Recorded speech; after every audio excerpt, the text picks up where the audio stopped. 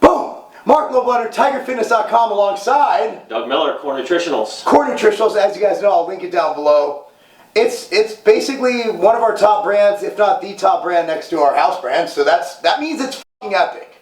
Okay, I'm excited because this motherfucker is leaving me a whole tub of Core MRP. I might actually make some gains. And AB Sizzle. And AB Sizzle. And the Fury. The Pump. And I also got the Zap. All the gains. We'll talk about the Zap later. Yeah, when right it's on. here. So check it out, guys. This is a question. Last year we did your questions. Yep. Now we're going to answer the questions sent to me. This is from Michael. These are going to be like the X-rated questions? That No. We don't get those. We got serious people. Serious about them gains. Subject is off-season gains with a Z. See, this was actually, I think that's trademark infringement. Yeah. Use 3. It's okay. We'll let it fly. Yeah. Hey, Mark. I'm a men's physique competitor. Currently in my off-season. What is off-season for men's physique? There is no off-season. No. First of all, there is no off-season. Correct that. It's called the grow season. Grow season. Trying to put on size. What is the best way to go about meal frequency while putting on mass? Do you keep eating 6 meals a day while increasing the size of the meals? Or should you start to add in more meals throughout the day but keep the amount of food per meal to the same? For example, go from 6 meals a day to 7 meals a day.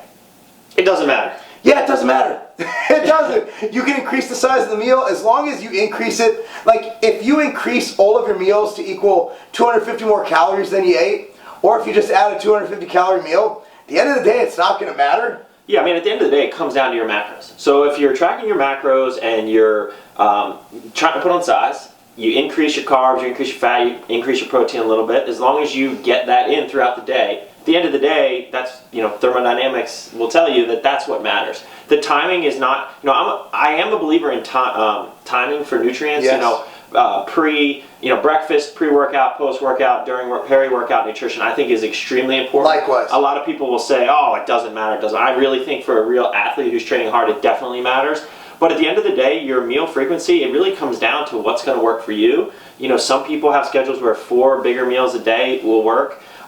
Some people like to eat more often. I prefer to eat 7 times a day. I just feel better as opposed to eating those such big meals. For me, it's a blood sugar issue. Yeah, exactly. So whatever's going to work for you and your schedule, that's what I would go for. So it's not going to really change his gains at all, whether he just increases his meal size or his meal frequency. And also comfort level. I mean, as calories get higher, if you're at 4 meals a day, your meals might be uncomfortably big.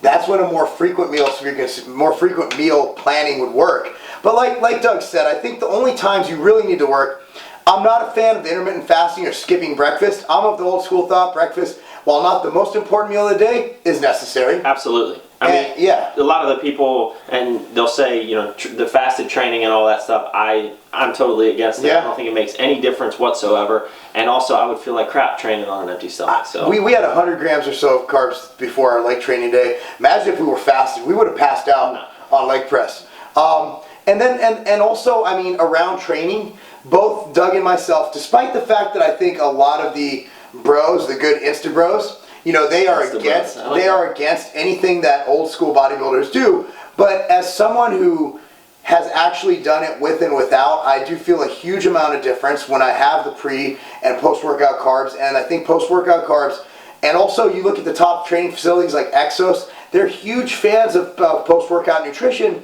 because that's your first opportunity to replenish and get ready for the next training session. Because the goal is to recover so you can get back on the field faster for sports. For the gym, the goal is to recover so you get back in the gym at 100%. Yeah, I mean, there's a lot of, some people will claim that the post-workout doesn't matter, but if you actually look at the studies in real high-end performance athletes, having protein and carb immediately post-workout, there actually is a difference. Huge. For your average, weekend warrior who's probably eating like crap anyways, maybe having a protein and carb shake immediately after is not going to be, make or break him. He's not going to notice the difference anyways. But for someone like us who crush it, yeah, absolutely, it's imperative, and that's why Mark and I both have designed products to be used around what we want to do post-workout. Yeah, and also based on our individual preferences too, and that's why, like we said in so many seminars, we make products we love that we want to take. Right, like so post-workout, I like the bigger insulin spike. I like the faster acting carbs. Whereas you don't respond well to that big. And also I feel crack. So I use Core PWO, which uses dextrose to give you that. Which is phenomenal. And he uses Carb 10, which is going to be a little bit of it's not going to have such an impact on insulin or anything. So, it's to each his own, but we're still getting, a really fast-acting whey and the carb source of choice. Fast-acting carb. Yeah. So guys, that's it. At the end of the day, it's thermodynamics. Meal timing does matter, but again, let's not look at the forest. Let's not overlook the forest through the trees, whatever it is. Something like that. Let's not get too fucking crazy about it. 6 versus 7 meals, not gonna make a difference. That's not a game.